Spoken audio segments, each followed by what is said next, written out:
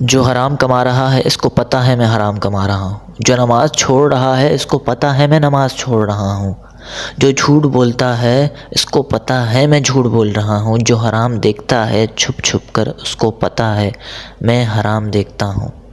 ضرورت نہیں ہے بتانے کی ہم کو، لیکن آج اچھا جب مجھے پتہ ہے تو میرے رب کو تو پہلے پتہ ہے نا، میں جو کچھ کر رہا ہوں وہ جانتا ہے، تو آج اللہ سے معافی مانگ کر جانا۔ قرآن پکار پکار کر کہہ رہا ہے، سنو قرآن کیا فرماتا ہے۔ بسم اللہ الرحمن الرحیم۔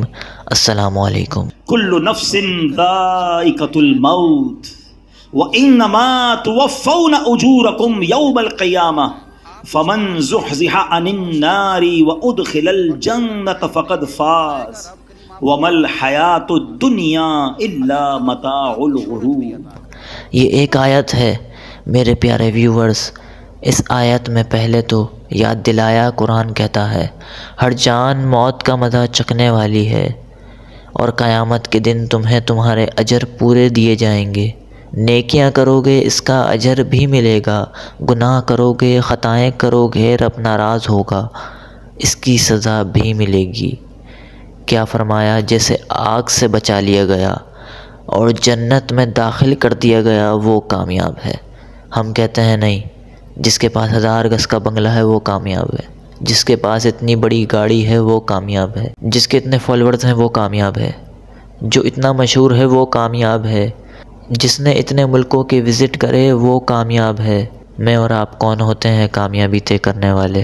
اور دنیا کی زندگی تو صرف دھوکے کا سامان ہے۔ شاعر کہتے ہیں نا، جب اس بزم سے دوست اٹھ گئے اکثر اور اٹھتے چلے جا رہے ہیں برابر، یہ ہر وقت پیش نظر ہے جب منظر، یہاں پر تیرا دل بہلتا ہے کیوں کر، جگہ جی لگانے کی دنیا نہیں ہے، یہ عبرت کی جا ہے تماشا نہیں ہے۔ ہاں، قرآن کہتا ہے جسے آگ سے بچا لیا گیا اور جنت میں داخل کر دیا گیا وہ کامیاب ہے۔ اللہ تعالیٰ سے دعا ہے ہمیں بھی ان کامیابوں میں شامل فرمائے اور بلا حساب کتاب ہمیں جنت میں داخلہ عطا فرمائے۔